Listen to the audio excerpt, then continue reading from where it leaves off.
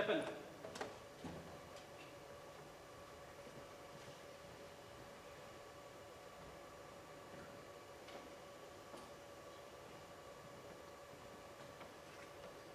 Good morning डोरा। 3 साल गुजर भी गए। हाँ 3 साल। हाँ, हमें जानकर बहुत खुशी हुई थी कि तुम स्विट्जरलैंड पहुंच गए। स्विट्जरलैंड एक और कारावास है बढ़िया। वहां कम से कम वो लोग स्वतंत्र तो हैं। स्वतंत्र? जब तक इस दुनिया में एक भी आदमी गुलामी कर रहा है, स्वतंत्रता एक कारागृह है। हाँ, मैं स्वतंत्र था, लेकिन रूस और उसके गुलामों के बारे में सोच सोच कर अगाता नहीं था। हमें खुशी है स्टेफन के पार्टी ने तुम्हें यहाँ भेज दिया। यह जरूरी हो गया था। मेरा दम घुटा जा रहा था। हमें कुछ करना चाहिए, आखिर हम उसकी हत्या करने जा रहे हैं, है ना? मुझे इसका पूरा विश्वास है। हम उस जल्लाद को मारेंगे। तुम प्रमुख हो बढ़िया, मैं तुम्हारे हुक्म की तामील करूंगा। मुझे तुम्हें हुक्म देने की कोई जरूरत नहीं Stephen. We are all comrade in arms. हमारी पार्टी को एक अनुशासन की जरूरत है। ये मैं जेल में रहकर सीखा हूं। अनुशासित रहकर हम उस गवर्नर की हत्या कर देंगे और इस अत्याचार को हमेशा के लिए खत्म कर देंगे। बैठ जाओ स्टेफन, थक गए होगे। मैं कभी नहीं थकता। सब तैयार है बढ़िया? पिछले 1 महीने से हमारे 2 आदमी गवर्नर की गतिविधियों को परख रहे हैं। डोरा ने सारा जरूरी ब्यौरा तैयार कर लिया। हमारा एजेंडा तैयार हो गया। हाँ, समूचा रूस ये जान जाएगा कि गवर्नर की हमारी पार्टी द्वारा हत्या कर दी गई, ताकि रूसी जनता शीघ्र स्वतंत्र हो सके। शाही अदालत भी ये समझ जाएगा कि हमने आतंक फैलाने का दृढ़ निश्चय कर लिया है, जब तक कि देश जनता को वापस नहीं मिल जाता। सब कुछ तैयार है स्टेफन। इंतजार की घड़ी अब खत्म होने वाली है। मुझे क्या करना है? शुरुआत में तुम डोरा की मदद करोगे। तुम श्वाइत्जर की जगह लोगे जो पहले इसके साथ काम करता था। क्या वो मारा गया? हाँ। कैसे? एक दुर्घटना में। फिर हम बाद में देखेंगे। जरूरत पड़ने पर तुम्हें हमारी जगह काम करने के लिए तैयार रहना चाहिए और केंद्र समिति से संपर्क बनाए रखना चाहिए। हमारे और साथी कौन कौन है? स्विट्जरलैंड में तुम वाइनोव से तो मिल ही चुके हो। हाँ। उसकी युवावस्था के बावजूद मुझे उसमें विश्वास है। तुम यानेक को नहीं जानते? यानी कलिया ये, हम उसे कभी भी कहते हैं। लेकिन ये क्रांतिकारी जैसा नाम तो नहीं लगता। वो इसके विपरीत सोचता है। वो कहता है काव्य क्रांतिकारी होता है। सिर्फ एक ही चीज क्रांतिकारी हो सकती है, बम। डोरा, क्या मैं तुम्हारे कोई काम आ पाऊंगा? बस ये ध्यान रखना कि ट्यूब ना टूट जाए। अगर वो खुद ही टूट जाए तो? इसी तरह श्वाइत्जर की मौत हुई। तुम मुस्कुरा क्यों रहे हो? मैं मुस्कुरा रहा हूँ। हाँ, हाँ, मैं कभी कभी ऐसे ही मुस्कुराता हूँ। डोरा, इस घर को उड़ा देने के लिए क्या सिर्फ एक बम काफी होगा? सिर्फ एक नहीं, लेकिन इससे इसमें नुकसान काफी हो जाएगा। और पूरे मॉस्को को उड़ा देने के लिए कितने बमों की जरूरत पड़ेगी? तुम पागल हो। तुम कहना क्या चाहते हो? कुछ भी नहीं।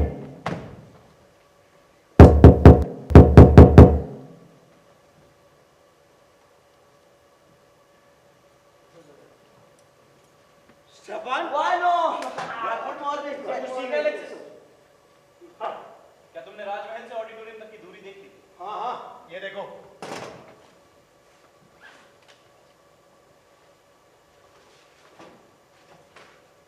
ये बोर्ड, ये पतली गली और ये ट्रैफिक जाम। ठीक हमारी खिड़की के नीचे से निकलेगी गाड़ी।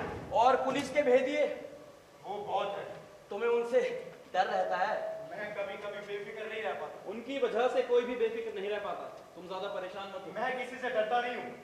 बात बस इतनी है कि मुझे झूठ बोलने की आदत नहीं है। सारी दुनिया झूठ बोलती है, निपुणता से झूठ बोलना आना चाहिए। ये इतना आसान नहीं है दोस्त। मैं पढ़ा करता था तो मेरे दोस्त मेरा मजाक बनाया करते थे, क्योंकि मुझे ढोंग रचना नहीं आता था। मेरे मन में जो आता था बोल दिया करता था। यही एक कारण था मैं यूनिवर्सिटी से निकाल दिया गया। क्यों? इतिहास की क्लास थी। अध्यापक ने मुझसे पूछा, पीटर महान ने सेंट पीटर्सबर्ग की स्थापना कैसे की? अच्छा सवाल है। मैंने जवाब दिया, रक्तपात और चाबुक से, और मैं निकाल दिया गया। उसके बाद?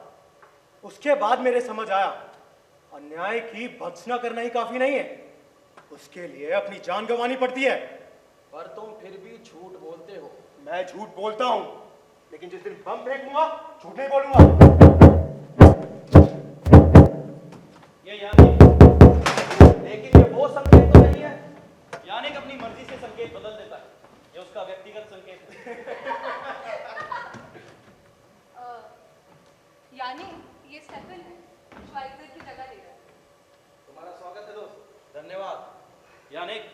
क्या तुम्हें पूरा विश्वास है तुम गवर्नर की गाड़ी पहचान लोगे? हाँ, मैंने 2 बार उसे अच्छी तरह देख रखा है। एक बार क्षितिज पर दिखने दो, मैं हजारों में पहचान लूंगा। वैसे सारी बारीकियां मैंने लिख भी रखी। उदाहरण के तौर पर उसके बाएं हाथ की बत्ती का एक कांच थोड़ा सा टूटा हुआ है। और पुलिस के भेदिए वो बादलों की तरह घिरे रहते हैं। लेकिन हम पुराने दोस्त हैं, मैं कभी कभी उन्हें सिगरेट बेचता हूँ। क्या पावेल ने हमारी खबर की पुष्टि कर दी? हाँ, गवर्नर इस सप्ताह ऑडिटोरियम आएगा। बस कुछ ही देर में पावेल को निश्चित दिन की सूचना मिलेगी और फिर वो दरबान के हाथ एक संदेश छोड़ देगा। बढ़िया, मैं समझता हूँ कि दरबार को चौकन्ना कर देना चाहिए। हाँ, डोरा तुम नीचे जाओगी, बख्शीश मत भूलना। वाइनव तुम्हारी मदद करेगा। बढ़िया।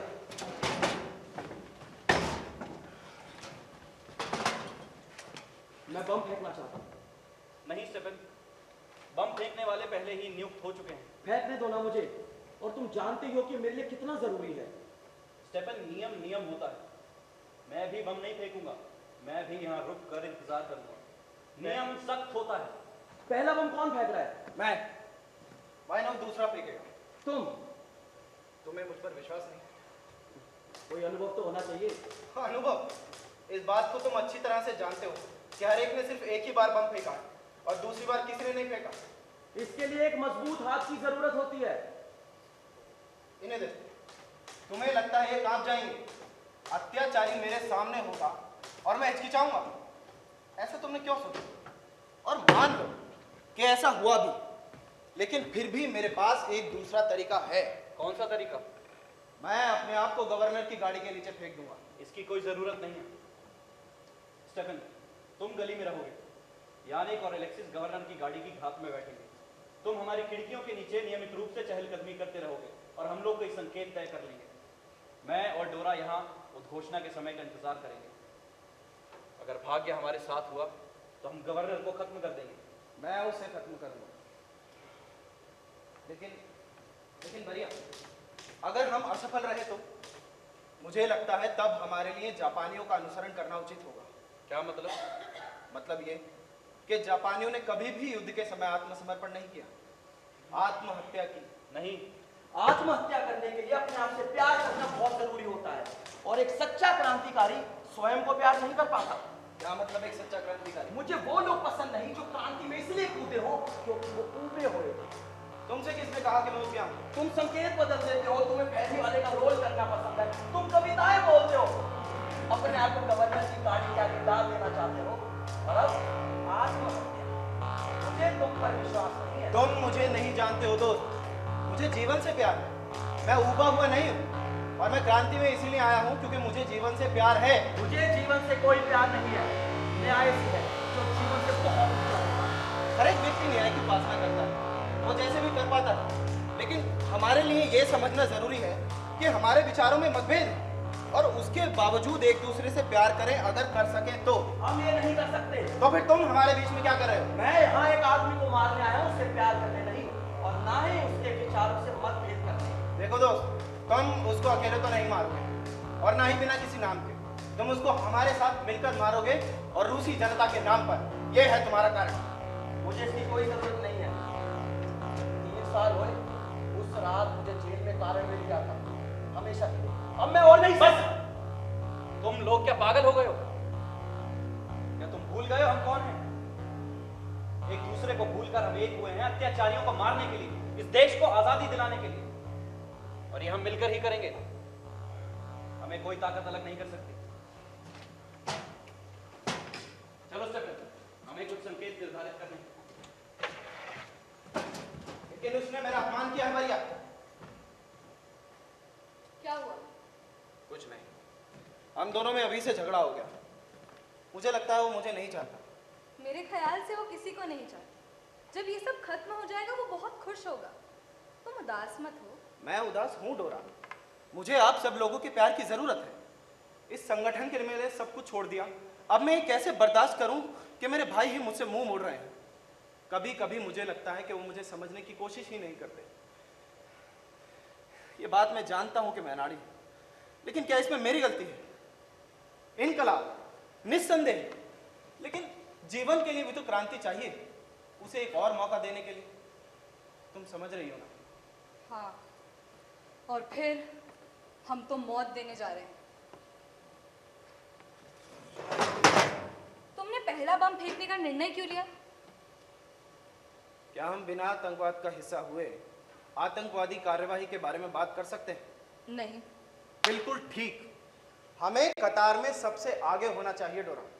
हाँ, एक होती है पहली कतार और एक आखिरी घड़ी। हमें इसके बारे में सोचना चाहिए। यहाँ हिम्मत है, उत्साह है, जिसकी हमें बहुत ज़रूरत है, जिसकी तुम्हें ज़रूरत है। मैंने 1 साल से इस विषय के अलावा और किसी बारे में नहीं सोचा, और अब तक इसी घड़ी के लिए जीता आया। और अब मैं ये अच्छे से जानता हूँ कि मैं ठीक वहीं पर खत्म होऊंगा, गवर्नर के बराबर में। अपने खून की आखिरी बूंद तक बहा दूंगा, या फिर विस्फोटित आग में जलकर भस्म हो जाऊंगा। पीछे कुछ नहीं बचेगा।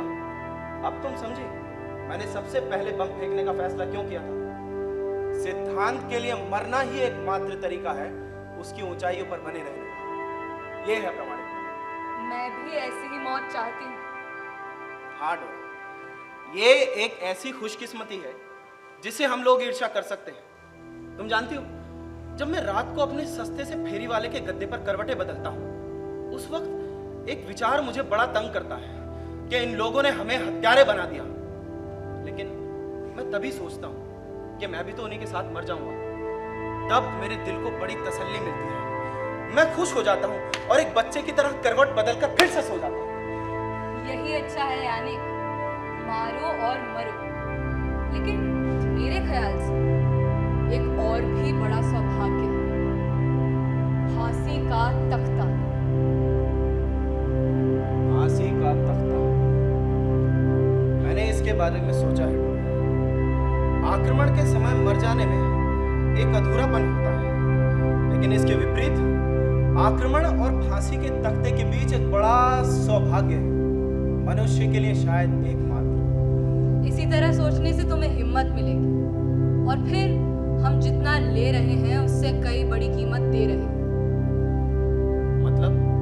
हम मारने के लिए बाध्य हैं। हम हमेशा एक जान की बलि चढ़ाते हैं, एक अकेली जान की। हाँ, लेकिन पहले आक्रमण और फिर फांसी चढ़ना, ये तो अपनी जान 2 बार कुर्बान करना हुआ।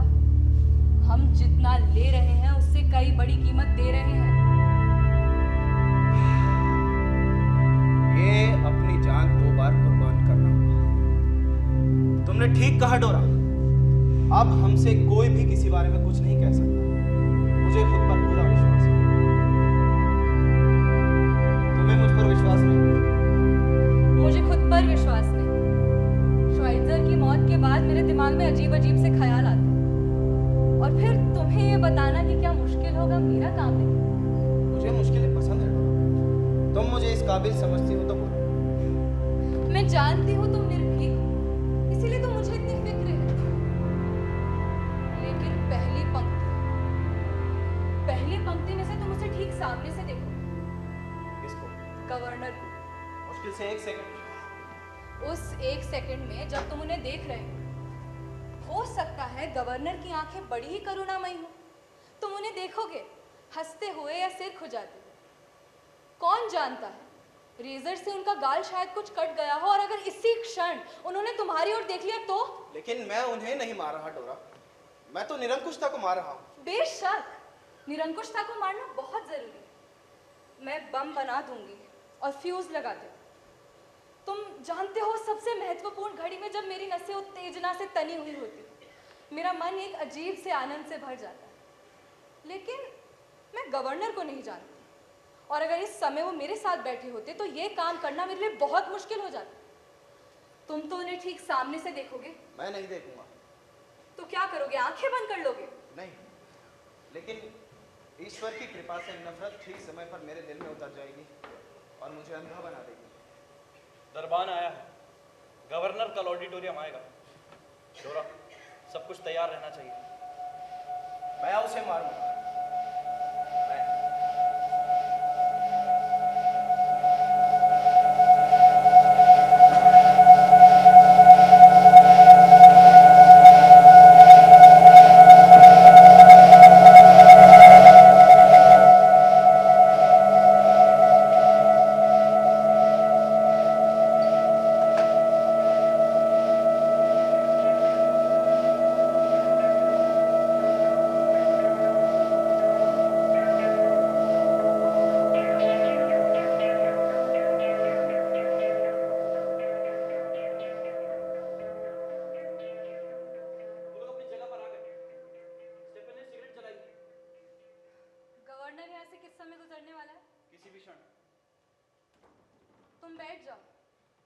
काम और कुछ नहीं कर सकते। कर सकते हैं, हम उनसे ईर्ष्या कर सकते हैं। तुम चीफ हो, तुम्हारी जगह यहाँ है। मैं चीफ हूँ, मगर यानी मुझसे ज्यादा योग्य है, और शायद वो। खतरा सबके लिए बराबर है, उनके लिए जो बम फेंकेंगे और उनके लिए जो नहीं फेंकेंगे। खतरा आखिर में एक सा है, मगर अभी यानिक और एलेक्सिस पहली कतार में, और मैं जानता हूं कि मैं उनके साथ नहीं हो सकता, मगर फिर भी कभी कभी मैं डरता हूं अपना पार्ट इतनी आसानी से अदा करने को तैयार हो जाने के लिए।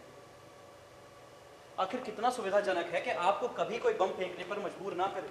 अगर है भी तो क्या हुआ, खास बात यह है कि तुम अपना काम अंत तक ध्यान से करो। तुम कितने इत्मीनान से बात कर रही हो डोरा। इत्मीनान से नहीं, मुझे डर लग रहा है। मैं 3 साल से तुम्हारे साथ हूँ, 2 साल से बम बना रही हूँ। मैंने सारा काम किया और मेरे ख्याल से मैंने कोई गलती भी नहीं की। निसंदेह डोरा। और ये 3 साल मैं डरती रही, एक ऐसा डर जो नींद में भी मुश्किल से छूटता है और सुबह होते ही फिर लगने लगता है। पर फिर मुझे इसकी आदत हो गई। गहन भय के समय भी मैंने शांत रहना सीख लिया। इसमें कोई अभिमान की बात नहीं। अभिमान की बात है, मुझे देखो, अभी तक कुछ नहीं सीखा। तुम्हें पता है मैं वो बीते दिन कितने याद करता हूँ, तड़क भड़क वाली वो जिंदगी, औरतें, शराब और कभी खत।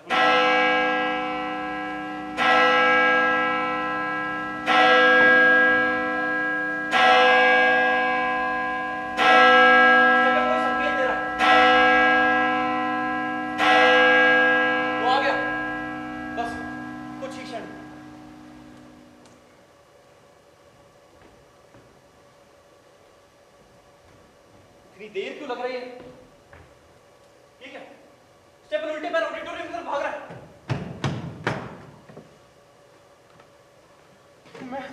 मैं पहले बम का इंतजार करता रहा। मैंने मोड़ पर गाड़ी को आते हुए भी देखा, लेकिन फिर कुछ हुआ ही नहीं। मेरे कुछ समझ में ही नहीं आया। मुझे लगा आखिरी समय में तुम लोगों ने कुछ रद्दो बदल कर दिया। मैं घबरा गया और यहाँ भागता हुआ आ गया। और यानिक? यानिक? मैंने तो उसे देखा ही नहीं। वो गिरफ्तार हो गया।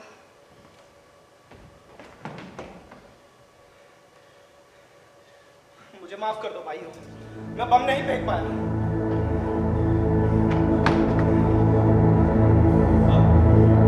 गवर्नर की गाड़ी में बच्चे?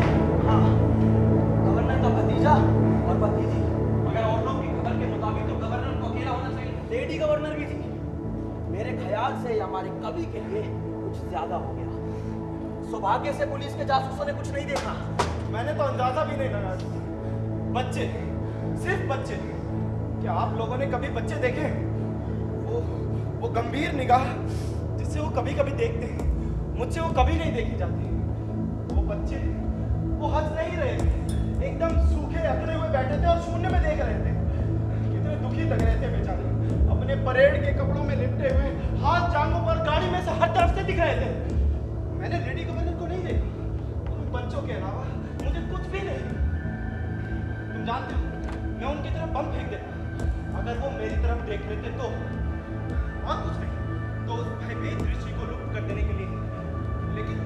लेकिन वो तो लगातार आगे ही निगाह जमाए और फिर मेरी कुछ भी समझ में नहीं आया।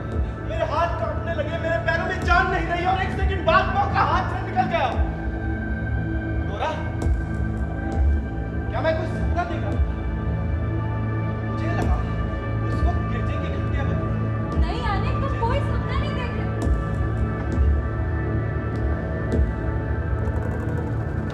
मेरी तरफ देखो भाई, मेरी तरफ देखो ना भैया। मैं कायर नहीं, मैं पीछे भी नहीं हटा। मुझे तो बस उनका अंदाजा नहीं, वो 2 नन्हे बेजान से चेहरे और मेरे हाथ में भयानक वजन, ये बम तो उन्हीं के ऊपर फेंकना था, मैं नहीं फेंक पाया। आप लोग ही मुझे बिना गलती ये बता सकते हैं कि मैंने ठीक किया है नहीं, लेकिन आप लोग तो एक शब्द भी नहीं बोल रहे। ठीक है, अब मेरा एक प्रस्ताव है कि अगर आप लोग ये तय करते हैं कि उन बच्चों की हत्या कर दूं, तो मैं इसी वक्त ऑडिटोरियम के निकास द्वार पर चला जाता हूं। इस बार अकेले ही गवर्नर की गाड़ी पर बम फेंकूंगा और अपना निशाना चूकूंगा नहीं। आप लोग बस तय कर दीजिए, पार्टी के आदेश को पूरा मैं करूंगा। पार्टी ने तुम्हें गवर्नर को मारने का आदेश दिया था। तुम बिल्कुल ठीक कह रहे हो सर, लेकिन उसने मुझे बच्चों की हत्या करने के लिए तो नहीं ठीक कह रहा है, हमें इसका अंदाजा नहीं था। उसे आदेश का पालन करना यहाँ चाहिए। जिम्मेदार अधिकारी मैं हूँ। ये जरूरी था कि पहले से सब कुछ बता दिया जाता, ताकि वो अपना काम करने में ना हिचकिचाए। अब हमें निर्णय करना है कि हम इस मौके को हाथ से जाने दें या यानेक को एक बार फिर ऑडिटोरियम के निकास पर इंतजार करने की इजाजत दें। एलेक्सिस, एलेक्सिस, मैं वही करता जो यानेक ने किया।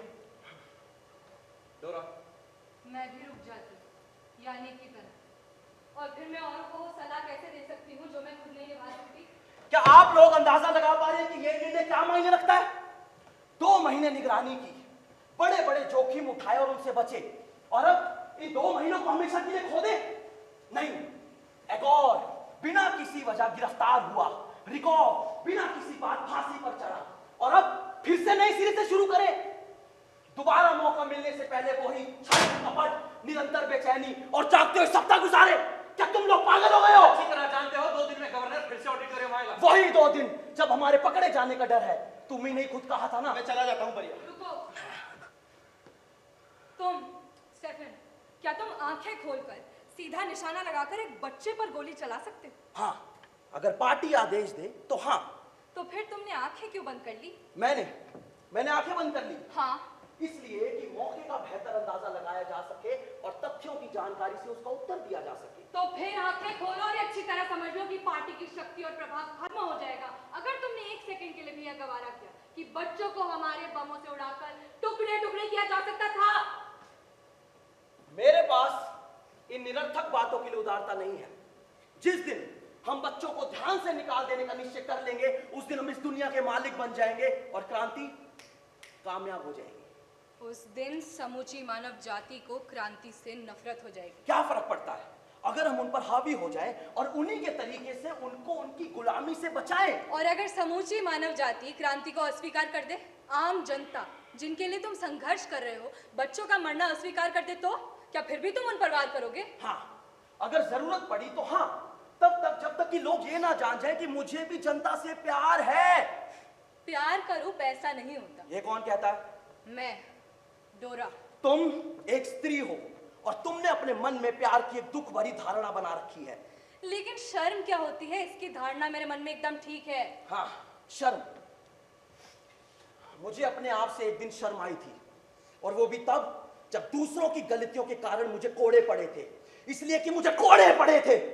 चाबुक, जानती हो क्या होता है? वेरा मेरे साथ थी, उसने विरोध में आत्महत्या कर ली थी। मैं आज भी जी रहा हूं। भला मुझे किस बात से शर्म आई? यहाँ सभी लोग तुम्हें चाहते हैं और तुम्हारी इज्जत करते हैं, लेकिन कारण चाहे जो कुछ हो, मैं तुम्हें हर बात कहने की खुली छूट नहीं दूंगा।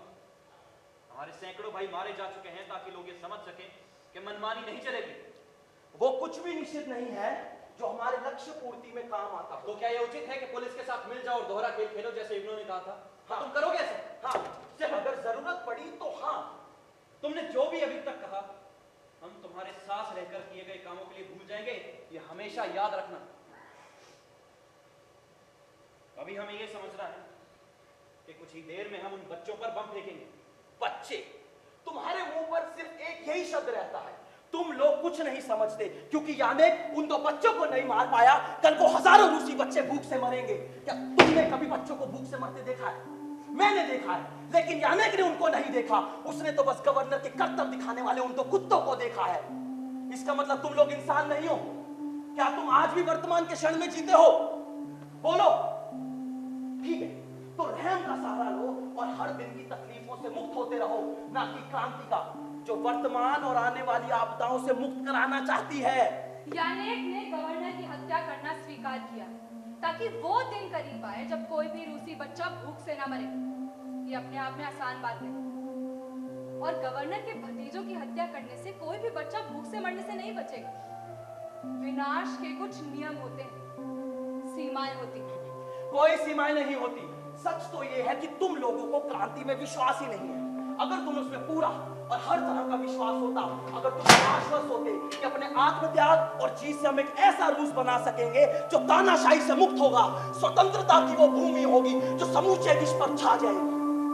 अगर तुम्हें इसमें संदेह नहीं है कि तब इंसान अपने शासकों और पूर्वजों से मुक्त होकर होकर सच्चे देवताओं की तरह आसमान में उठेगा। तो 2 बच्चों की मौत क्या मायने रखती है? ठीक है, तुम अपने सारे हक अपने हाथ में रख सकते हो, पर मेरी बात को ध्यान से समझो। अगर तुम इन 2 बच्चों की मौत रोक रही है तो इसका मतलब है तुम्हें अपनी न्यायपूर्णता पर भरोसा नहीं और तुम क्रांति में विश्वास नहीं करते। मैं अपने ऊपर शर्मिंदा हूं, लेकिन फिर भी तुम्हें और आगे नहीं बढ़ने दूंगा।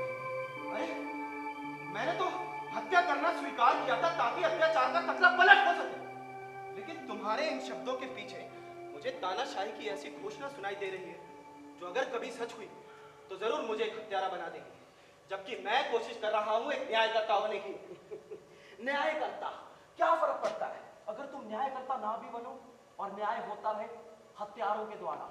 तुम और मैं तो कुछ भी नहीं है। हम लोग कुछ तो है स्टेफन, इस बात को तुम अच्छी तरह जानते हो और उसी के गुरूर पर इतना बोल रहे हो। मेरा गुरूर बस मुझसे मतलब रखता है। इंसान का गुरूर उसकी बगावत, वो अन्याय जिसमें वो जीते, ये हमारी जिम्मेदारी है। इंसान सिर्फ न्याय से तो नहीं जीता। अगर उसे रोटी छीन ली जाए तो न्याय के नहीं तो किसके सहारे जीता है? न्याय और निर्दोषिता के।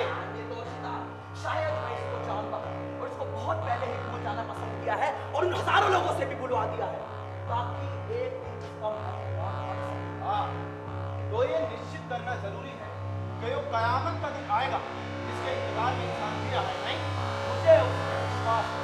ओ स्टेफन, तुम इतने आश्वस्त नहीं हो सकते इस बात को जानने के लिए कि तुम में और मुझमें कौन सही है।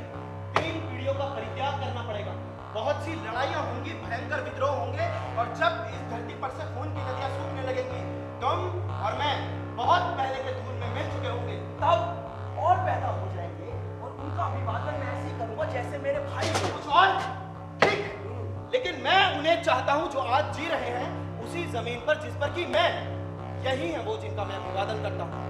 इन्हीं के लिए संघर्ष कर रहा हूं और अपनी जान तक देने के लिए तैयार हूं। उस किसी दूसरे नगर के लिए नहीं जिसके बारे में मैंने सुना भी नहीं।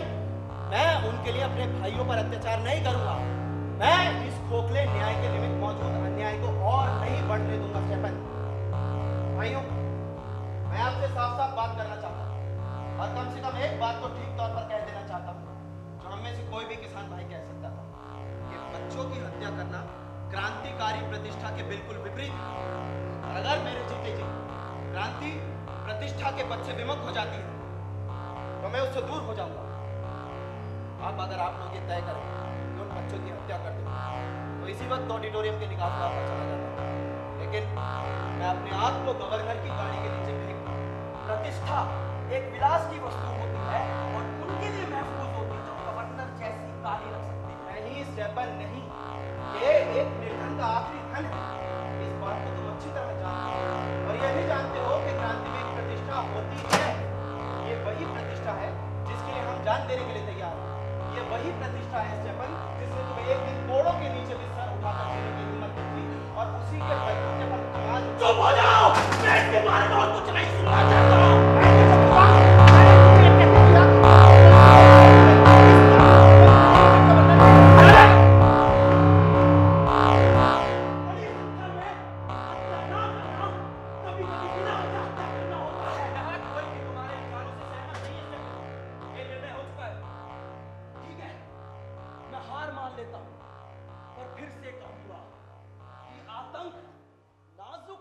नहीं होता। हम सब यहाँ खूनी हैं और अपनी मर्जी से खूनी बने। मैंने खूनी होना स्वीकार किया है ताकि हिंसा विजय ना हो सके। मैंने स्वीकार किया है निर्दोष होना। स्टेफन बहुत हो गया। पार्टी ये निर्णय लेती है कि इन बच्चों की हत्या निरर्थक है। हमें 2 दिन में फिर से हमला करने के लिए तैयार रहना चाहिए। अगर वहां फिर से बच्चे हुए तो हम एक और मौके का इंतजार करेंगे। अगर गवर्नर के साथ लेडी गवर्नर भी हुई, मैं उन्हें शुरू करना होगा।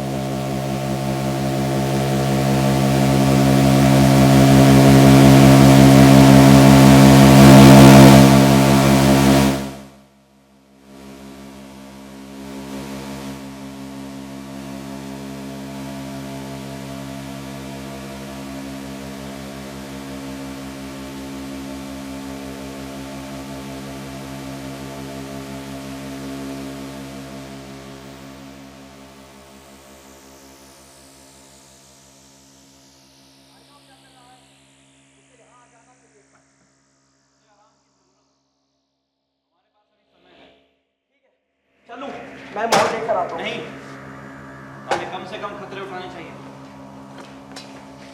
एलेक्सिस, कुछ नींद पूरी हुई? हाँ कुछ। क्या तुम पूरी रात सोए? नहीं, मैं पूरी रात नहीं सो पाया। सोना चाहिए था। बहुत से तरीके हैं अपने आप को सुलाने के लिए। मैंने कोशिश की थी, लेकिन मैं थका हुआ था। तुम्हारे हाथ कांप रहे हैं? नहीं तो आप सब मुझे ऐसे क्यों देख रहे हो? क्या कोई इंसान थका हुआ नहीं हो सकता? थका हुआ हो सकता है। हम तुम्हारे ही बारे में बात कर रहे थे। ये परसों करनी चाहिए थी। 2 दिन पहले अगर बम फेंक दिया जाता तो मैं थका हुआ ना होता। मुझे माफ कर दो, मैंने तुम्हारे लिए मुसीबतें और ये किसने कहा? और कौन सी मुसीबत है? मैं थका हुआ हूँ सिर्फ।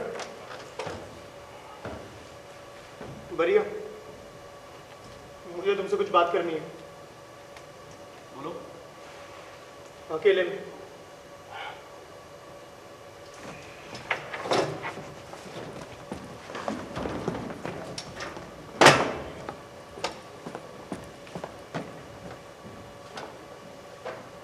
क्या बात है एलेक्सिस? एलेक्सिस, तुम मुझे बता सकते हो क्या बात है? मुझे शर्म आ रही है। मैं बहुत शर्मिंदा हूँ, लेकिन शायद तुम्हें बताना जरूरी है। तुम बम नहीं फेंकना चाहते? मैं वो फेंक नहीं सकूंगा।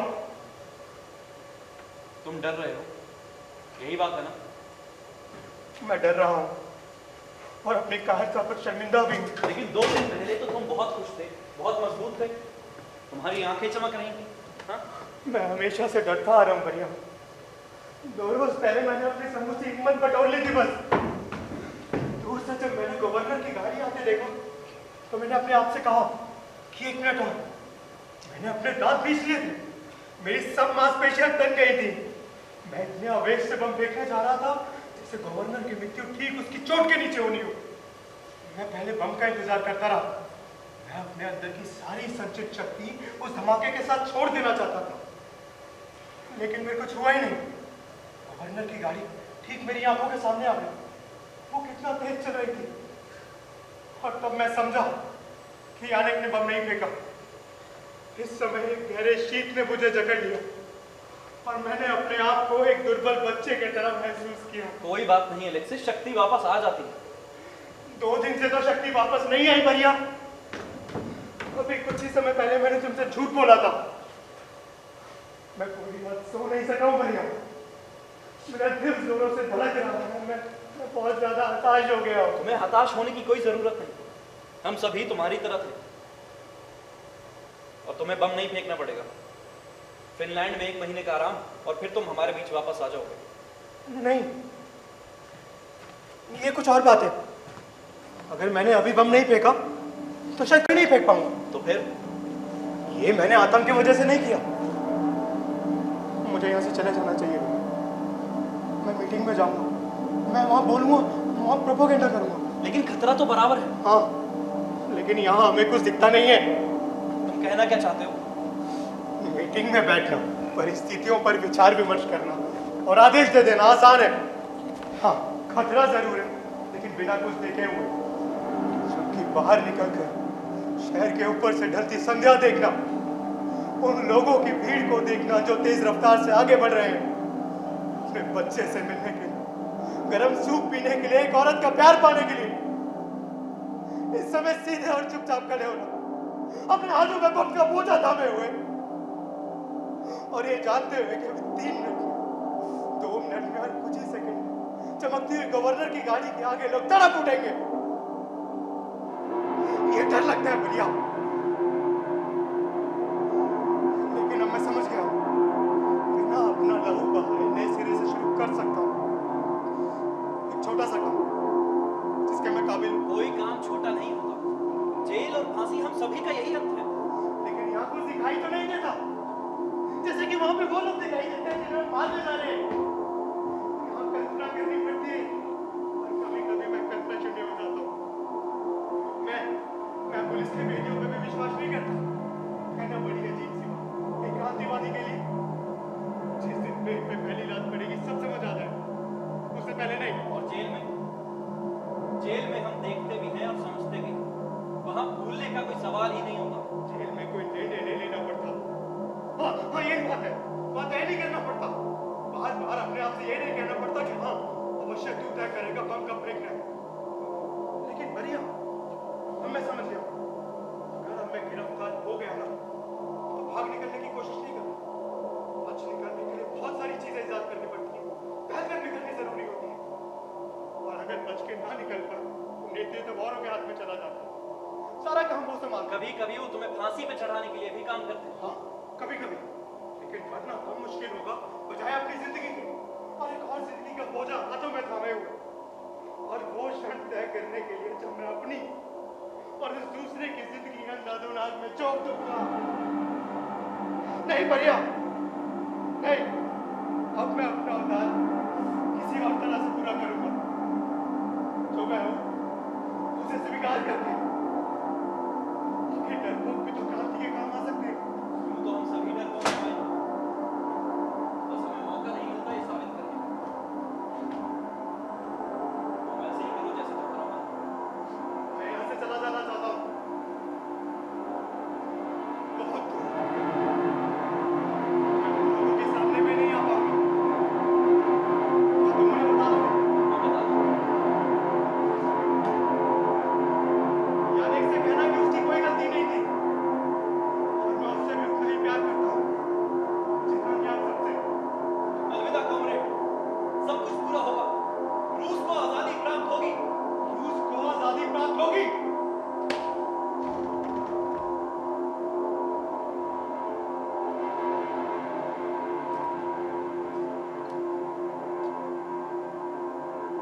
आ जाओ।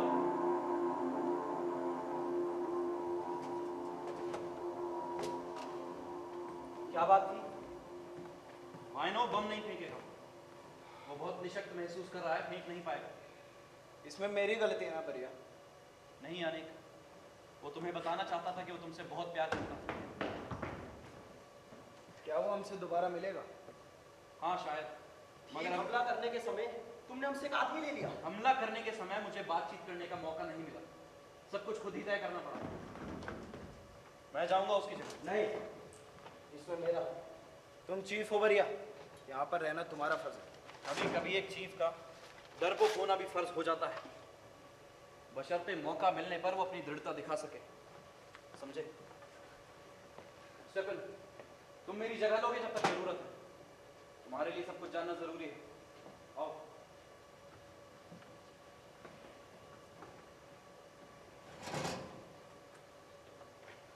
वो लगातार यही कहता रहता था कि वो बहुत खुश है।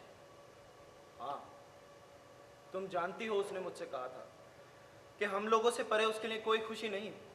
यहाँ पर हम सब लोग हैं, एक पार्टी है, उसके लिए सौभाग्य की बात है। और अब जब वो जा चुका है डोरा, ये कितने दुख की बात है। वो लौट आएगा। तुम मेरी तरह नहीं सोचती। मैं तुम्हारी ही तरह सोचती। बताओ, तुम आज इतने उदास क्यों? 2 दिन पहले तो तुम्हारा चेहरा जगमगा रहा था, ऐसा लग रहा था किसी बड़े समारोह के लिए जा रहे हो।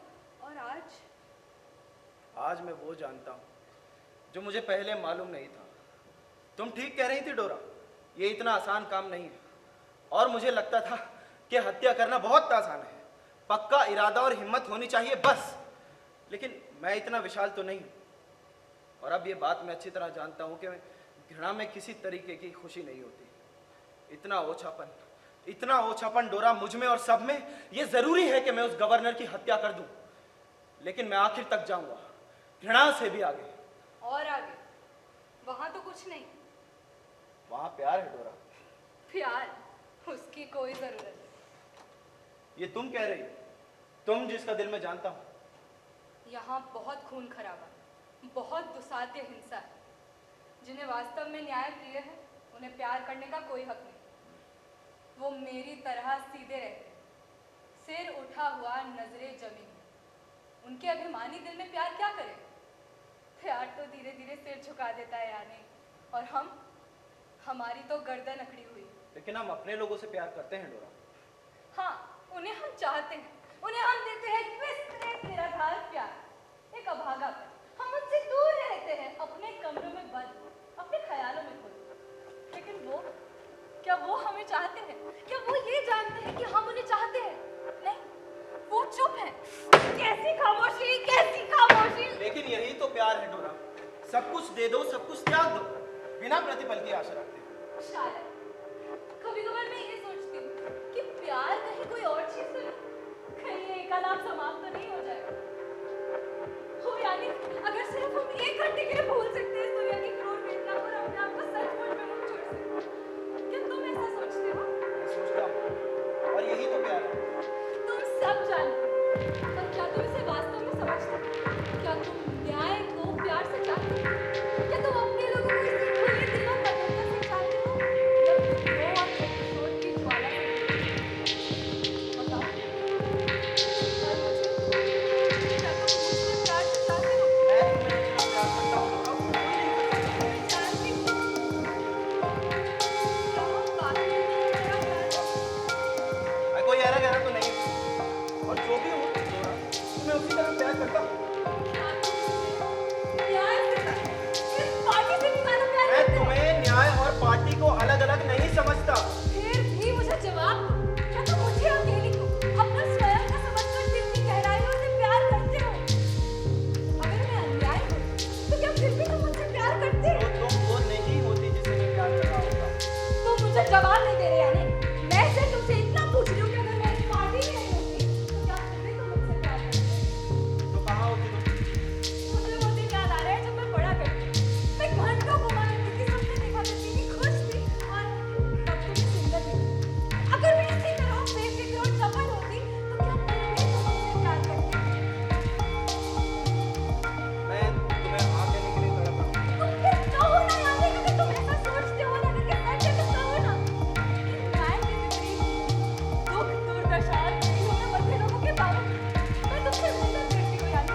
उन लोगों के बावजूद जिन्हें फांसी पर चढ़ाया जा रहा है, उन लोगों के बावजूद जिन्हें कोड़ों से मार-मार के बस मारा करो जा दादा। रहा है। क्यों? एक बार तो दिल का गुबार निकलना चाहिए। तुम मुझे पुकारो, मुझे ढूंढो, इस अन्याय से निकल दुनिया से लेकिन इस बाहर। समय हमें डगमगाना नहीं चाहिए। मैं ढूंढ रही हूँ। नहीं, मैं अपनों से बात नहीं कर रही। मैं बहुत खुश रही हूँ।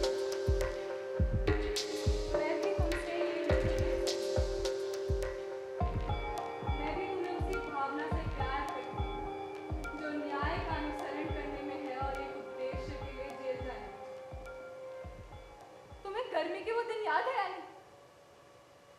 नहीं, ये तो अविरत शीतकाल। हम इस दुनिया के नहीं, हम तो न्याय प्रिय हैं। वहाँ एक सुकून है जो हमारे लिए नहीं। तरस आता है मुझको। ये सब कुछ हमारी किस्मत में नहीं है डोरा। और प्यार, प्यार असंभव है। लेकिन जब मैं गवर्नर की हत्या करूंगा, तो हर जगह शांति हो जाएगी, तुम्हारे और मेरे लिए भी। शांति वो कब मिलेगी हमें? मिलेगी एक दिन बाद। यानी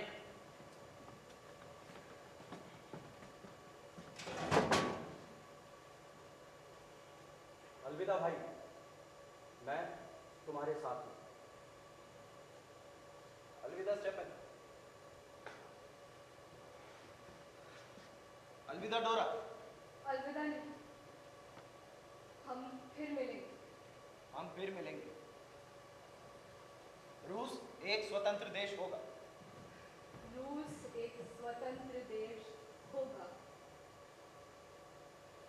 कैसे सीना तान कर चलता है ये, तुमने देखा?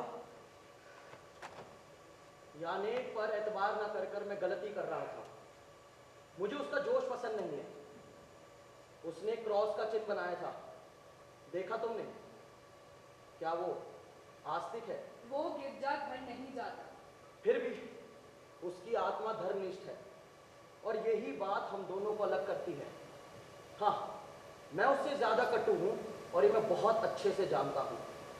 हम लोगों के लिए जो भगवान में विश्वास नहीं करते, एक खालिस न्याय होना चाहिए, अन्यथा मायूसी हो जाती है। उसके लिए न्याय खुद ही निराशाजनक है। हाँ, एक कमजोर आत्मा, लेकिन उसके हाथ मजबूत हैं। वो उसकी आत्मा से ज्यादा काम के हैं। वो उसकी हत्या कर देगा, गवर्नर की पक्की बात है। ये अच्छा है, बहुत अच्छा है। विनाश, इसी की तो आवश्यकता है। तुम कुछ बोल नहीं रही। तुम मुझसे प्यार करती हो? प्यार प्यार के लिए समय की जरूरत होती है। हमारे पास मुश्किल से न्याय के लिए समय निकल पाता है। तुम ठीक बोल रही हो। बहुत काम करना है। इस दुनिया को सिर से पैर तक नष्ट करना है। उसके बाद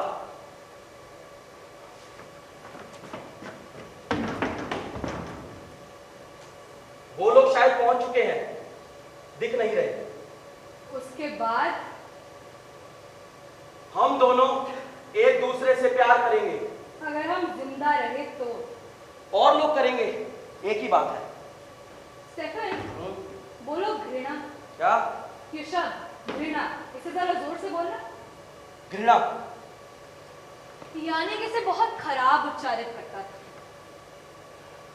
मैं समझा। तुम मेरा मजाक बना रही हो। तुम्हें विश्वास है कि ये तुम ठीक कर रही हो? तुम लोग यहां जो भी करते हो ओछे प्यार के नाम नहीं करना चाहते। मुझे प्यार की कोई जरूरत नहीं है, नफरत है। हाँ, मुझे मानव जाति से नफरत है। मुझे उनके प्यार का क्या करना है? मैंने उसे पहचाना था जेल में, 3 साल हो गए। वो अब भी मेरे साथ है। तुम चाहती हो कि मेरा दिल पिघल जाए और मैं बम को ऐसे उठाऊं जैसे कि एक सलीब हो? नहीं नहीं, मैं बहुत आगे आ चुका हूं। मैं सब जान गया हूं। देखो, ये निशान है, ये उनके प्यार की निशानी है। क्या तुम अब भी मेरा मजाक बनाना चाहती हो? किसी के दर्द का कोई कैसे मजाक बना सकता है? मैं तुमसे अभी प्यार करती हूँ। मुझे माफ करना डोरा, मुझे थोड़ी थकान थी। इतने सालों का चल रहा संघर्ष, दुख, पुलिस का गुप्तचर, कटघरा, और ऊपर से ये प्यार करने की शक्ति कहां से मिलेगी मुझे डोरा? इतना दम बनता है कि बस नफरत कर सकूं।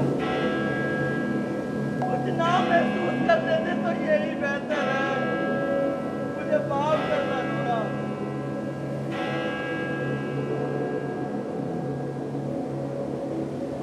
मुझे माफ करना डोरा। मुझे माफ करना।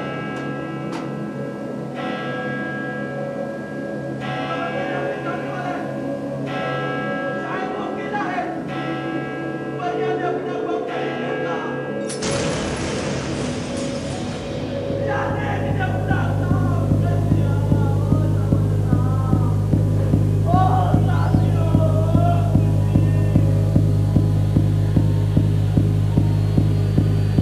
हमने उसे मारा, हमने उसकी हत्या की। हमने किसको मारा है?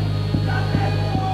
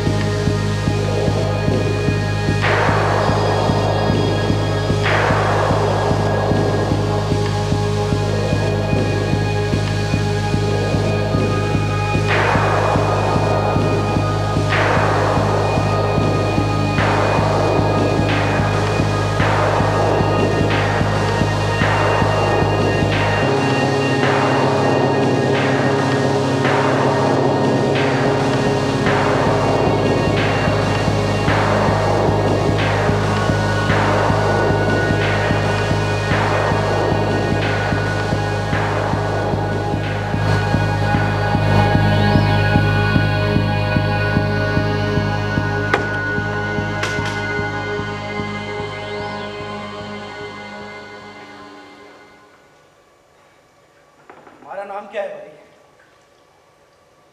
तुम्हें सजा हुई है? क्या किया था तुमने? मैंने खून किया था। क्यों? तुम्हें भूख लगी? नहीं, मुझे प्यास लगी थी। और फिर? वहां एक कुल्हाड़ी पड़ी थी, मैंने सबके ऊपर चला दिया। ऐसा लगता है उनमें से 3 को मैंने मार दिया।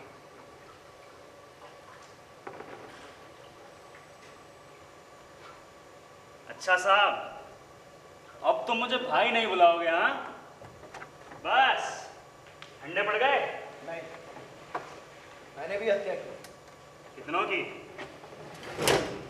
पहले तुम बताओ, जो कुछ तुमने किया उसका दुख तो हुआ होगा। बेशक, 20 साल बड़ी कीमत अदा की है, इससे दुख तो होता है। 20 साल। जजों के भी ऊंचे नीचे मिजाज होते हैं। ये इस पर निर्भर करता है कि क्या उनकी शादी हुई है और किसके साथ। और फिर तुम तो साहब हो, अरे तुम्हारे लिए वो सजा थोड़ी ही होगी जो हम जैसे अभागों के लिए होती है। तुम छूट जाओगे। नहीं नहीं, मुझसे 20 साल की शर्म बर्दाश्त नहीं होगी। शर्म? अरे कैसी शर्म? आखिर है ना साहबों जैसे ख्याल। कितने खून किए थे तुमने? एक। अरे क्या कह रहे हो तुम, ये तो कुछ भी नहीं होता। मैंने गवर्नर की हत्या की। गवर्नर? और बताओ, तो खतरनाक होगा क्यों? खतरनाक तो है, लेकिन बहुत जरूरी हो गया। क्यों? तुम क्या राजमहल में रहते थे? किसी औरत का किस्सा था, चुड़ैल जो तुम हो। मैं समाजवादी हूँ, क्रांतिकारी समाजवादी। ये भी एक किस्सा है। क्या जरूरत थी तुम्हें जो भी तुम कह रहे हो वो होने की? अरे तुम्हें सिर्फ चुप रहना चाहिए था और सब अच्छे के लिए होता।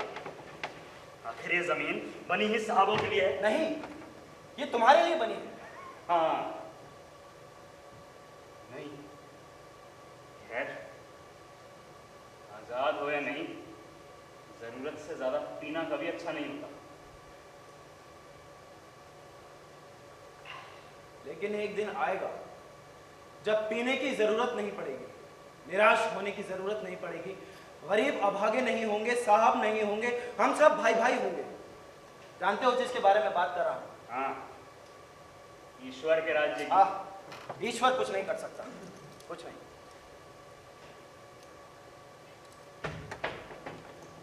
क्या हुआ? बस एक बात। कौन सी बात? उनके साथ क्या किया जाता है जो गवर्नरों की हत्या करते हैं? उन्हें फांसी लगती। क्या बात है भाई, मैंने तुम्हारा कुछ बिगाड़ा है क्या? नहीं, तुमने कुछ नहीं किया। अरे हर तरह से साहब हो तुम, और तुम्हें धोखा देने का मेरा कोई इरादा नहीं। हमने इतना वक्त निकाला, इतनी बातें की, अगर तुम्हें फांसी ही लगने वाली है तो ये सब कुछ ठीक नहीं। क्यों? क्योंकि फिर तुम मुझे भाई नहीं कह सकोगे। मैं ही सजा मिलने वालों को फांसी लगाता हूं।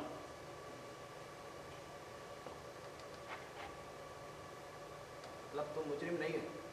बिल्कुल ठीक। ये काम करने को उन्होंने ही मुझे कहा है। एक फांसी के लिए मेरी जेल की सजा में से 1 साल कम कर देते हैं। ये लेन देन अच्छा है। मतलब तुम्हारे अपराध खत्म करने के लिए तुमसे और अपराध? ये अपराध नहीं है, इसका तो आदेश दिया जाता है। और इनके लिए तो वैसे भी सब ठीक है। मेरी मानो तो ये लोग धर्म भी नहीं मानते।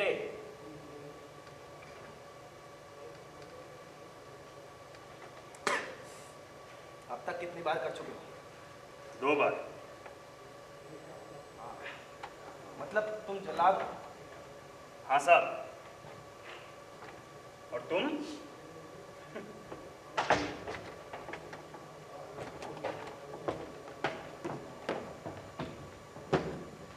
Good morning. तुम मुझे नहीं जानते हो, मैं तुमको जानता हूँ। आप इस इतने विख्यात हो गए। क्या मैं अपना परिचय दे सकता हूँ? वो अच्छा, एकांत कारावास बड़ा मुश्किल होता है नहीं? 8 दिन एकांतवास। आज से हमने अकेले रहने की पाबंदी हटा दी और अब तुमसे लोग मिल सकेंगे, इसीलिए तो मैं भी यहाँ हूँ। फोका को मैंने ही भेजा था असाधारण है क्यों? मुझे लगा तुम उसे पसंद करोगे।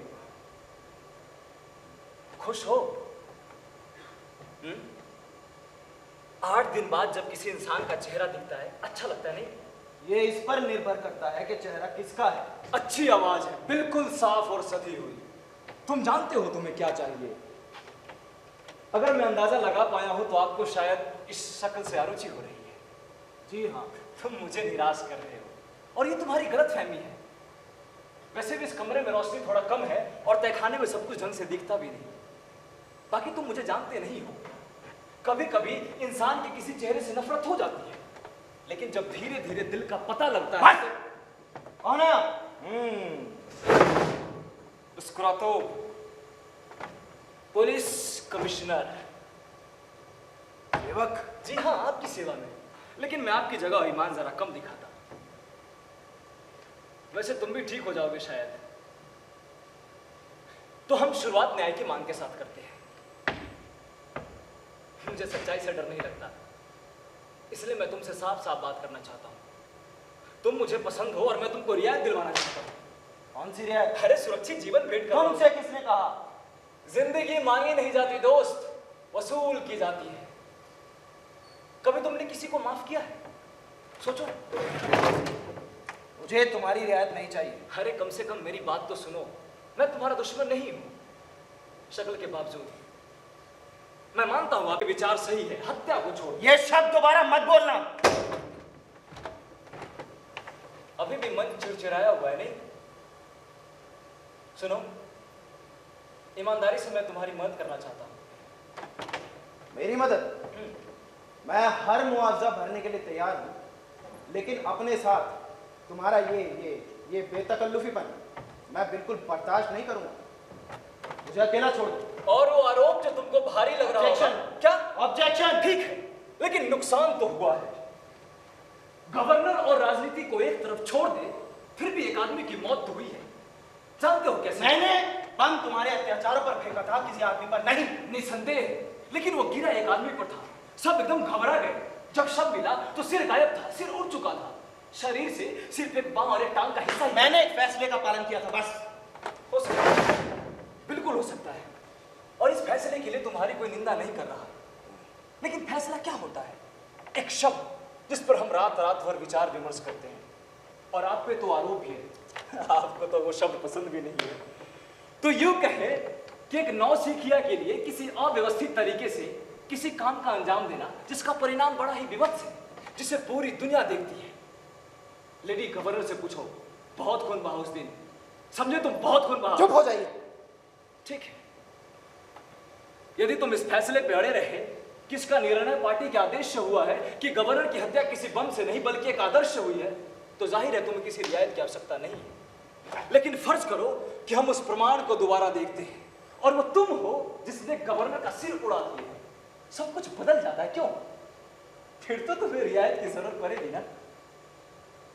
देखो, मैं सचमुच तुम्हारी मदद करना चाहता हूं। मेरा विश्वास करो, खाली हमदर्दी के खातिर। क्या चाहते हो तुम? मुझे आदर्शों में कोई दिलचस्पी नहीं है। मुझे दिलचस्पी है तो सिर्फ और सिर्फ व्यक्तियों में। मेरा व्यक्तित्व तुम और तुम्हारे हाकिमों से बहुत ऊंचा है। तुम मेरी हत्या कर सकते हो, मुझ पर कोई फैसला नहीं सुना सकते। और इस बात को मैं अच्छी तरह जानता हूं कि तुम कहां पहुंचने की कोशिश कर रहे हो। तुम मुझ में कोई कमजोर नुक्ता ढूंढ रहे हो और मुझसे उम्मीद कर रहे हो शर्म में गड़ जाने की, आंसुओं की और पश्चाताप की। लेकिन तुम कहीं नहीं पहुंचोगे। मुझसे तुम्हारा कोई सरोकार नहीं है। तुम्हारा मतलब है मेरे और मेरे साथियों की नफरत से, बस, जो तुम्हारी सेवा में हाजिर है। नफरत? उफ, एक और विचार जो सिर्फ विचार मात्र नहीं है, वो है हत्या और उसका परिणाम। मेरा मतलब प्रायश्चित और सजा से है। इसीलिए मैंने पुलिस विभाग में नौकरी की, ताकि हर चीज के तह तक जा सकूं। लेकिन आपको तो मेरा तरंग तरीके से बात करना भी पसंद नहीं। मैं तो तुमसे सिर्फ बस इतना ही कहना चाहता हूं कि तुम्हें यह दिखाने की जरूरत नहीं है कि तुम गवर्नर के सिर को भूल चुके हो। और यदि कुछ याद भी रखना चाहे तो यह आदर्श तुम्हारे बिल्कुल भी काम नहीं आ सकता, बिल्कुल भी नहीं। उदाहरण के तौर पर तुमने जो कुछ भी किया है उसमें तुम्हें गर्व महसूस होने के बजाय तुम शर्मिंदा होगे। और और जिस क्षण तुम्हें शर्म आएगी तुम प्रायश्चित करने के लिए जिंदा रहना चाहोगे। और अहम बात यह है कि तुम जिंदा रहने का निश्चय करो। अगर मैं ये निश्चय कर लूं तो तुम और तुम्हारे साथियों को माफी। तुमने उन्हें गिरफ्तार किया? नहीं नहीं, अभी नहीं, लेकिन यदि तुम जिंदा रहने का निश्चय कर लो तो मैं उनको तुरंत गिरफ्तार कर लूंगा। हाँ, मैं तुम्हें ठीक समझ रहा हूं, नहीं? निश्चित रूप से, लेकिन तुम अभी क्रोध मत होना। मेरा बात सुनो, मेरी बात समझो। तुम अपने आदर्शों को सामने रखकर तुम उन्हें हमें नहीं सौंप सकते। इसके विपरीत वास्तविकता को ध्यान में रखते हुए तुम उनकी सहायता कर रहे हो, उनको आने वाली मुसीबतों से बचा रहे हो, उनको फांसी से बचा रहे हो। और जानते हो सबसे बड़ी बात, इससे तुम्हारे दिल को बहुत सुकून मिलेगी। हर तरफ से तुम्हारे लिए बहुत बढ़िया सौदा है। बोलो। मेरे साथी तुम्हें इसका जवाब देंगे बहुत जल्दी। एक और जुर्म निश्चित रूप से कव्वाल है।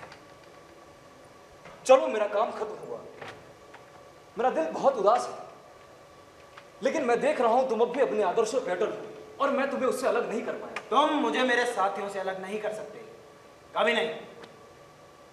फिर मिलेंगे,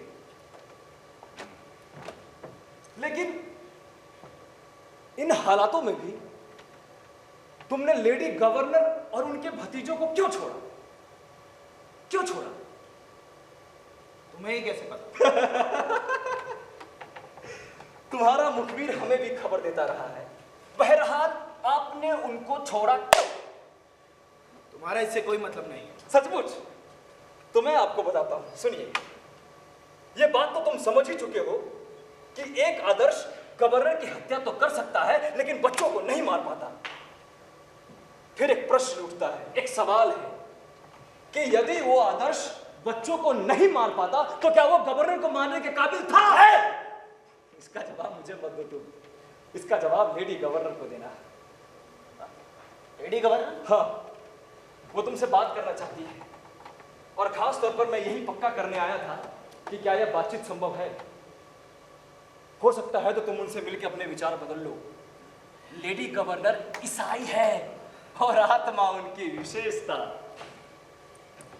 मैं उनसे नहीं मिलूंगा। तुमको मिलना चाहिए उनसे, वो तुमसे मिलने पे तुली हुई है और कम से कम उनका इतना मान तो रखना चाहिए ना। कहते हैं पति के मौत के बाद उनका सूझबूझ कुछ ठीक तरीके से काम नहीं कर रहा। सुनो, उनसे मिलकर अपने विचार बदल लो और जिस क्षण अपने विचार बदलो मेरा प्रस्ताव याद रखना, मैं दोबारा तुमसे मिलने आऊंगा। लो, वो तो अब आ ही गई। पहले पुलिस और अब धर्म। तुम तो बिल्कुल बिगड़ जाओगे नहीं? ईश्वर की कल्पना करो बिना जेल के, कैसा एकांतवास।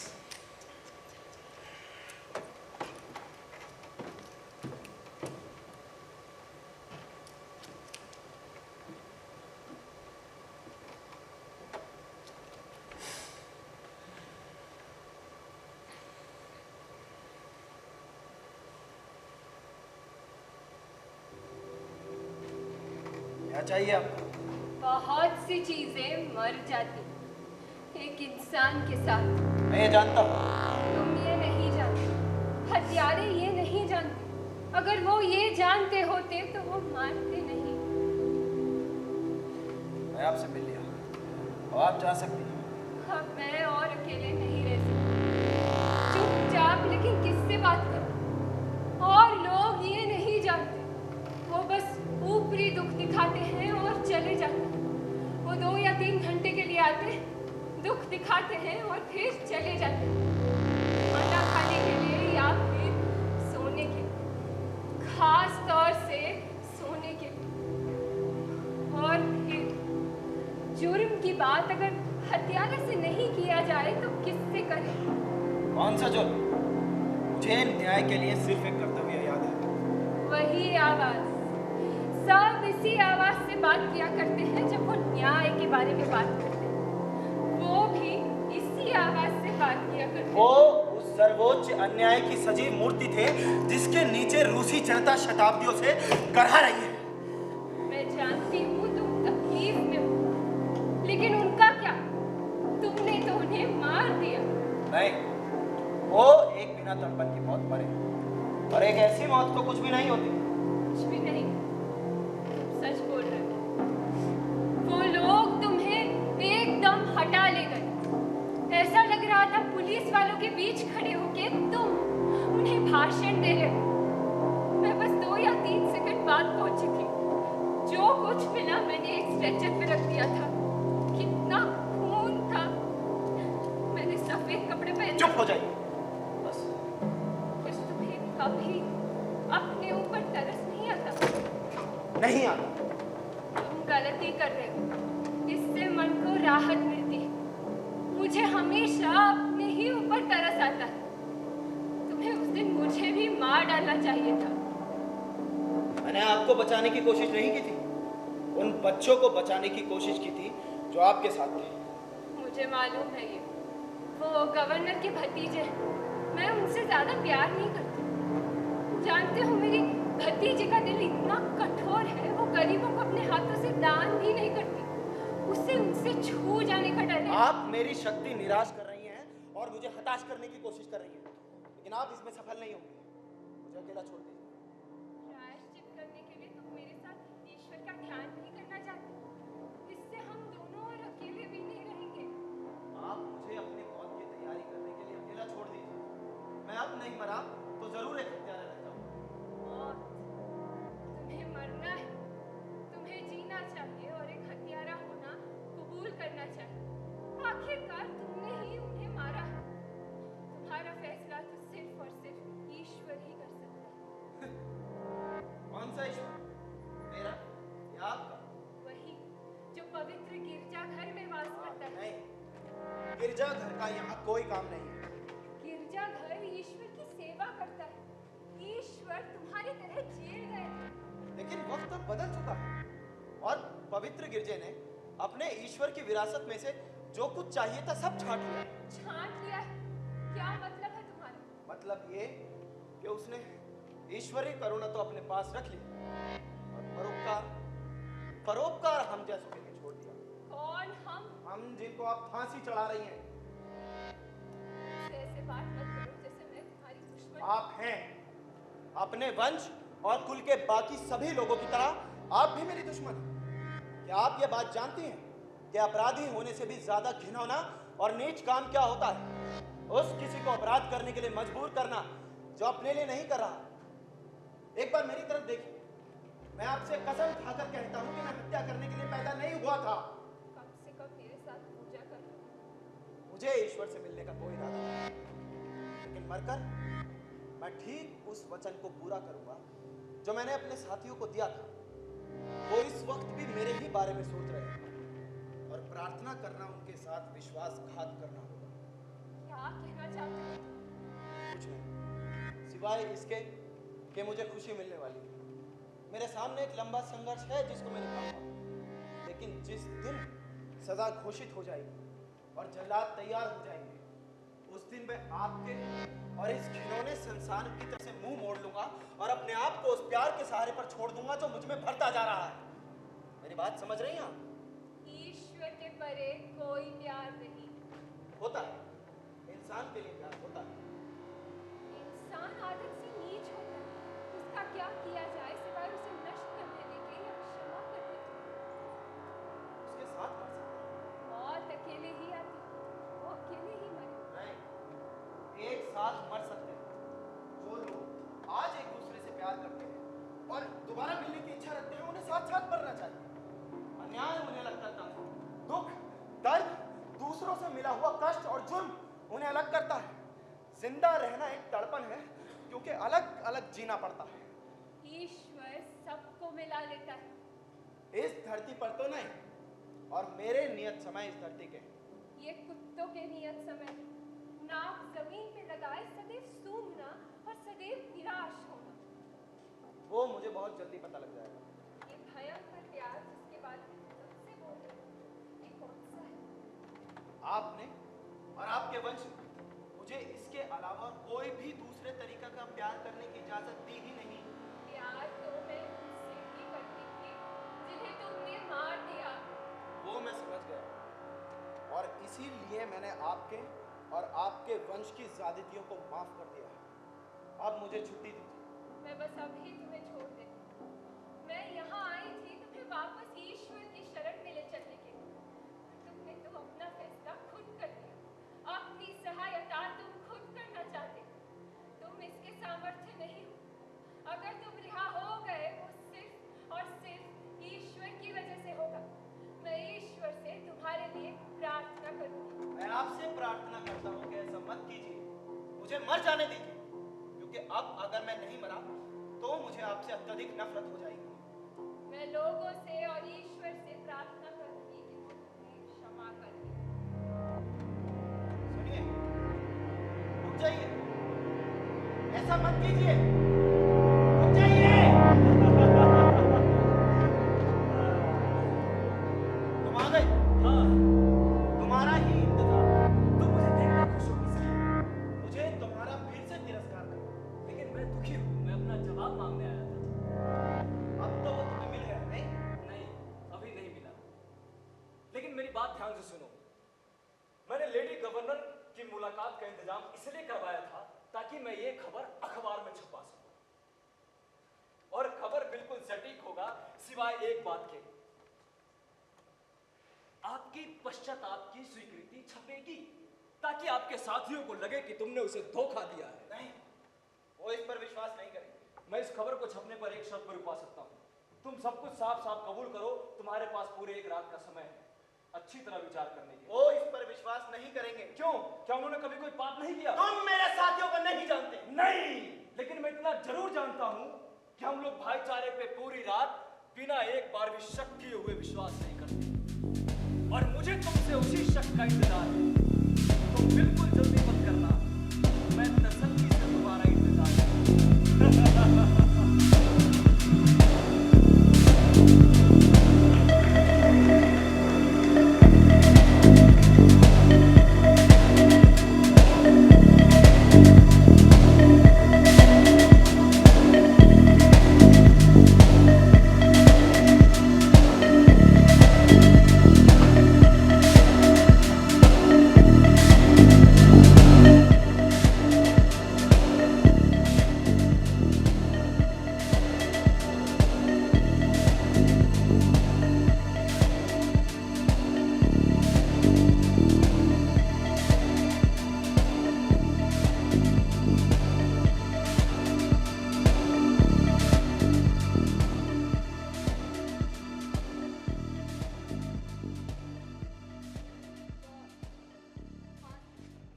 फिर भी मौत? इसके अलावा और कोई रास्ता भी तो नहीं है। ऐसा मत कहो। अगर मौत ही एक अकेला रास्ता है तो हम गलत रास्ते पर हैं। सही रास्ता वो है जो जिंदगी की ओर ले जा सके, जो सूरज की ओर ले जा सके। और कौन चाहता है ऐसी ठंड जो कभी खत्म ना हो। ये भी तो जिंदगी की ही ओर ले जाती है, दूसरों की जिंदगी की ओर। रूस जिंदा रहेगा, हमारी पीढ़ियां जिंदा रहेंगी। तुम्हें याद है, याने कहता था रूस और सुंदर लगेगा। हाँ, और लोग, हमारी अगली पीढ़ी। लेकिन यानी कभी जेल में, रस्सी ठंडी है। वो मरने वाला है या शायद मर चुका, ताकि बाकी लोग जी सके। लेकिन बरिया, अगर और लोग भी जी ना सके तो? अगर वो निरर्थक ही फांसी पड़ा। मुझे ठंड लग रही है। मुझे इतनी ठंड लग रही है कि मुझे लग रहा है मैं मर चुकी। हमारे लिए सब कितनी जल्दी जीर्ण हो गया ना बरिया। अब हम कभी बच्चे नहीं बन सकते। पहली हत्या पर बचपन छोड़ जाता है। मैंने बम फेंका और फिर एक ही क्षण में पूरी एक जिंदगी ढह गई। हाँ, इसके बाद हम मर भी सकते हैं। हमने मनुष्य की जिंदगी का एक चक्र पूरा कर लिया। लेकिन हम जान देंगे लड़ते लड़ते, जैसे इंसान देते हैं। हम बहुत आगे आ गए। अब हम इंसान नहीं रहे। बदकिस्मती और दुख भी बहुत जल्दी चलते हैं। इस संसार में अब धीरज और परिपक्वता के लिए समय नहीं है। रूस बहुत जल्दी में है। मैं जानती हूँ, हमने संसार का सारा पाप अपने ऊपर ढोया, उसकी तरह कितनी हिम्मत की बात थी ना। लेकिन कभी कभार मैं ये भी सोचती हूँ कि हमें इसकी सजा मिलेगी। ये वो फर्ज है जिसकी कीमत हम अपनी जिंदगी से देते हैं और जिसके आगे कोई नहीं जा सकता। ये वो फर्ज है जिस पर हमें अधिकार है। क्या कोई और आगे नहीं आएगा? कभी कभार जब मैं स्टेफन की बात सुनती हूँ तो मुझे डर लगता है कि अगर और लोग आगे आए, उन्होंने हमसे हत्या करने की मंजूरी ले ली, लेकिन फिर उसकी कीमत अपनी जान से ना वो चुका कायरता होगी डोरा। कौन जानता है, शायद यही न्याय है और फिर इसे सामने से देखने की हिम्मत किसी में नहीं होगी। डोरा, मैं तुम्हें पहचान नहीं पा रहा। मुझे ठंड लग रही है। मैं उसके बारे में सोच रही हूँ जिसे अपने आप को कांपने से रोकना होता होगा, ताकि ये ना लगे कि वो डर रहा है। इसका मतलब अब तुम हमारे साथ नहीं हो। मैं तुम्हारे साथ हूँ, मैं अंत तक तुम्हारे साथ रहूंगी, लेकिन मुझे अन्याय से नफरत है और मैं जानती हूँ हमारे पास और कोई रास्ता भी नहीं। ये रास्ता मैंने चुना था, लेकिन अब मैं इसे उदास मन के साथ निभा रही हूँ। ये फर्क है बरिया, हम कैदी हो गए। समूचा रूस ही कैद में है। तुम मुझे एक बम दे दो फेंकने के लिए और फिर देखो, मैं जलती हुई आग में जाऊंगी और मेरे पैर जमे हुए। ये आसान है, अपने अंतर विरोधों के साथ मर जाना उनके साथ जीने से कई ज्यादा आसान है। बरिया, क्या तुमने कभी प्यार किया? हाँ, मगर बहुत समय हो गया, मैंने इस बारे में सोचा नहीं। कितना? 4 साल। और तुम चीफ कब से हो? 4 साल से। और अब मुझे इस संगठन से ही प्यार है। प्यार करना हाँ, लेकिन प्यार पाना नहीं। हमें आगे बढ़ना चाहिए। रुकना सब चाहते हैं लेकिन नहीं। आगे बढ़ो, आगे बढ़ो। यदि सिर्फ बाहें खोलकर खुद को स्वतंत्र छोड़ सकते हैं, लेकिन नहीं।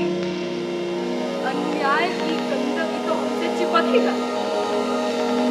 आगे बढ़ो। हमें अपनी वास्तविकता से बड़े होने का चाप मिला। जिंदा लोग, चेहरे, इनसे हम प्यार करना चाहते हैं, न्याय से प्यार, लेकिन नहीं। चलती रहो डोरा, आगे बढ़ो या नहीं, लेकिन उसके लिए मंजिल उसे माफ कर दिया जाएगा। नहीं। तुम जानते हो नहीं होना चाहिए, ये नहीं होगा।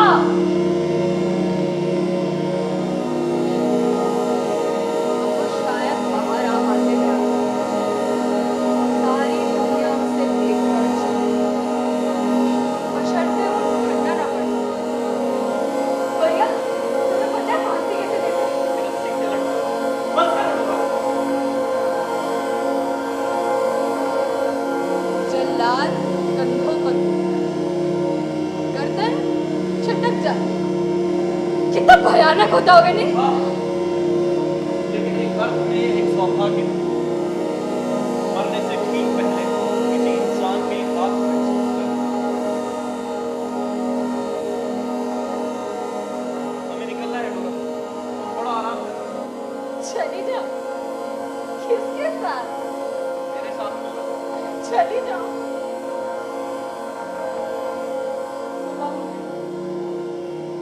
यानी कब शायद मर चुका हूँ।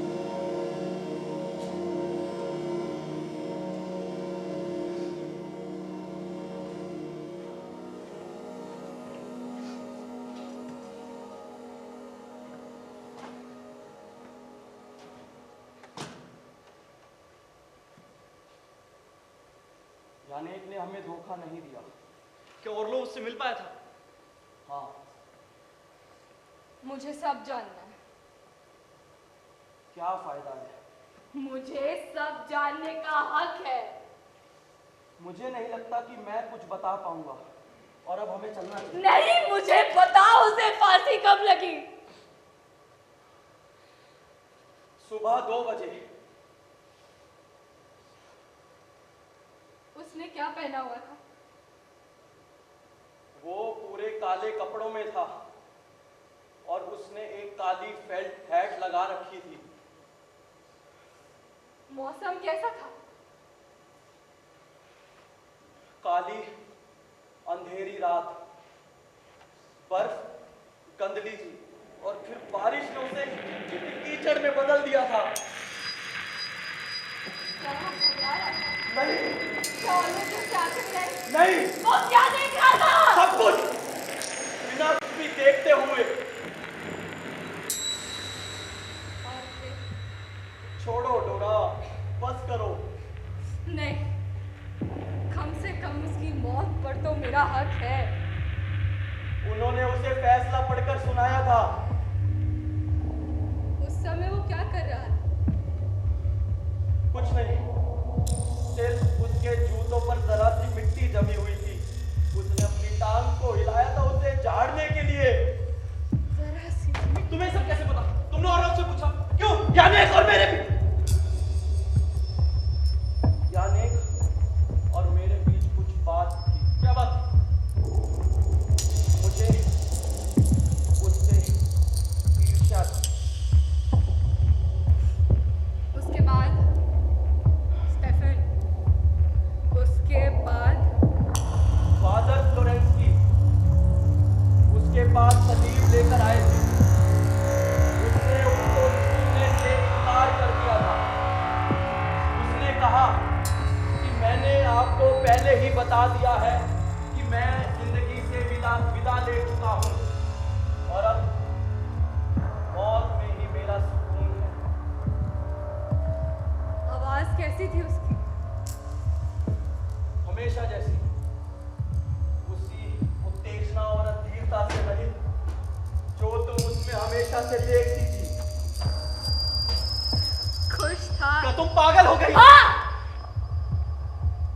मुझे विश्वास है वो बहुत खुश था।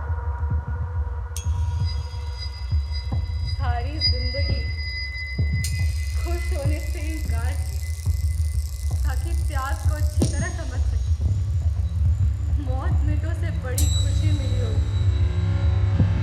वो बहुत खुश था और बड़े इत्मीनान से फांसी के तख्ते की ओर गया। ठीक है ना? हाँ, वो तख्ते की ओर गया था। दूर नदी किनारे कोई एकॉर्डियन के साथ गा रहा था। इसी समय कुत्ते भौंकने लगे थे। जबकि वो तख्ता चढ़ रहा था। वो चढ़ चुका था, रात की स्याही में छिप चुका था और फिर उसका मामूली सा आवरण दिख रहा था जिसे जल्लाद ने पूरी तरह ढक दिया था। उसके बाद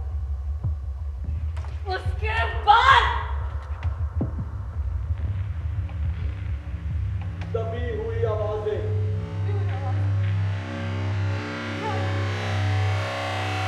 उसके बाद मैं तुमसे पूछ रही हूँ, अलेक्सिस!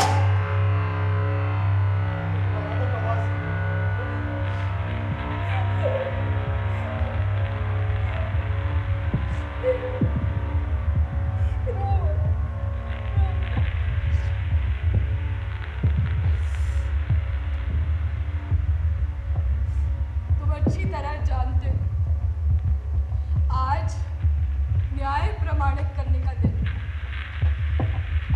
अभी कोई चीज उद्भूत हुई जो हमारे और विद्रोहियों के लिए साक्ष्य है। यानेक अब हत्यारा नहीं रहा। एक भयानक, सिर्फ एक भयानक आवाज काफी थी उसे बचपन की खुशियों में ले जाने। अब वो खुश हो, अब वो बहुत खुश हो। मरियम, तुमने कहा था तुम मेरी मदद करोगे। तो मुझे सिर्फ एक बम दे दो फेंकने के लिए। अगली बार मैं सबसे आगे होना चाहती हूँ। तुम अच्छी तरह जानती हो हम औरतों को पहली पंक्ति में नहीं रखना चाहते। क्या मैं अब भी एक औरत हूँ? ये तो मैं मरियम, मान जाओ मरियम, ये तुम्हारी बारी थी स्टेफन। मान जाओ, अब उसमें और मुझमें कोई फर्क नहीं है।